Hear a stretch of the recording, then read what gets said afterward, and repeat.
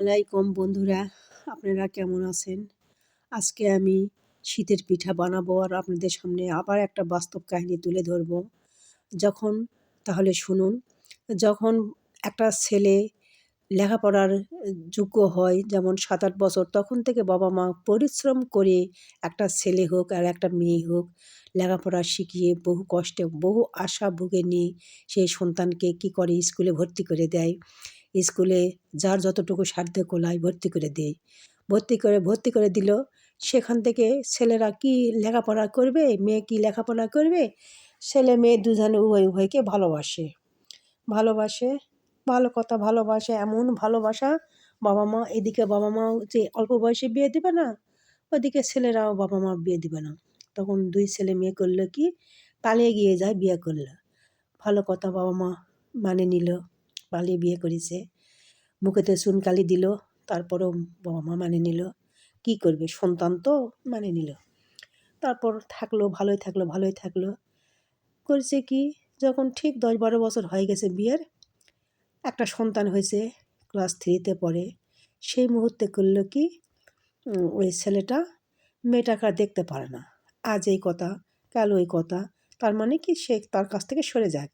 কিন্তু মেয়ে মানুষ তো আর সরে না। মানে খুব নির্যাতন চালায়, জ্বালা যন্ত্রণা করে, বিভিন্ন কথা বলে। আর ছেলেটা আবার এইদিকে অন্যদিকে যায় সম্পর্ক করে আরও মেয়েটাকে জ্বালায়। মেয়েটাও খুব মুখার, বদ মানে যখন যে কথা বলে সঙ্গে সঙ্গে তার তর্ক করে। এরকম করতে ১০-১২টা বছর কেটে যায় ওদের জীবন থেকে। কেটে যাওয়ার পর এদিকে করলো কি, ছেলেটা ওই যে জায়গার সম্পর্ক করেছে সেই জায়গার যায় গোপনে বিয়ে করেছে।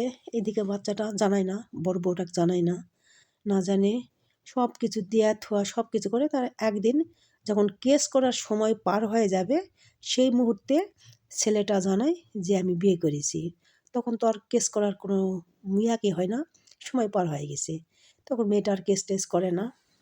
মেয়েটা এমন মোটা ছিল, সেই মেয়েটা আমার চোখের সামনে এমনই চিকন হয়ে গেল, মানে টেনশনে। কিন্তু কী করবে, করার কিছুই নাই। ছেলেটা দিব্যি এক ডিভোর্স দিয়ে মেয়েটার খরচ দেবে না ছেলেটা, মেয়েটার খরচ দেয় না। এই মানুষের হাতে, ওর হাতে, এর হাতে কয়। মেয়েটার আবার বাবা নেই, যার বের হয়ে যায় বিয়ে হয়েছে তার আবার বাবা নেই। ওই জন্য মেয়েটা চাকরি করে, সে চাকরিতে আসে। ও এখন বলে ও আবার অন্য জায়গায় যায় চাকরি করা মেয়েকে বিয়ে করেছে। ছেলেটা আবার স্কুলের মাস্টার, মেয়েটা আবার পৌরসভাতে চাকরি করে। আর এই মেয়েটা স্কুলেরও চাকরি করে। যাই হোক, ওর বড় বউ স্কুলে চাকরি করে আর ছোটো বউ পৌরসভাতে চাকরি করে। বড় বউটা করলো কি, ছাড়ে দিল, ডিভোর্স দিয়ে দিল।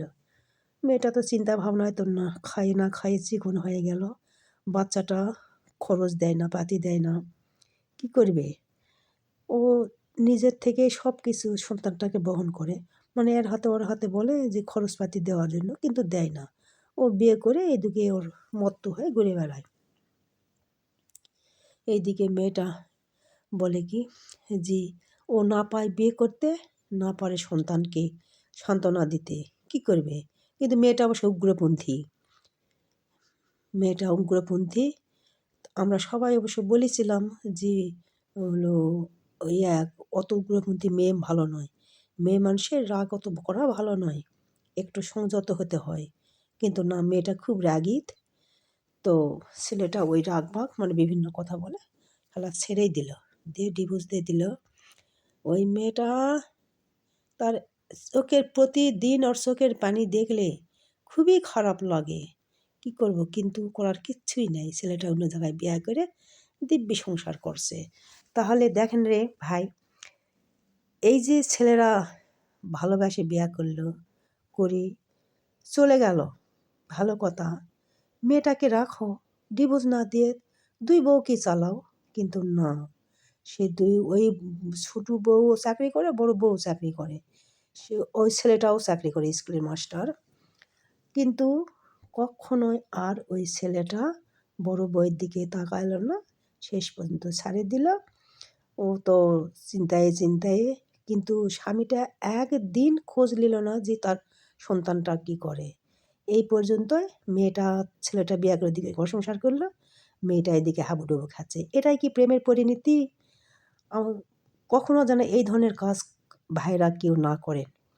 কারণ প্রেমের পরিণতি যদি এই হবে, ডিভোর্স হবে, তাহলে সেই প্রেম না করলে কী হবে? তাই প্রেম করলে ভালো করে করেন, না হলে প্রেমের আশপাশ যায়েন না, জীবন ভালো থাকবে। ঠিক আছে, ভালো থাকবেন। আল্লাহ হাফেজ।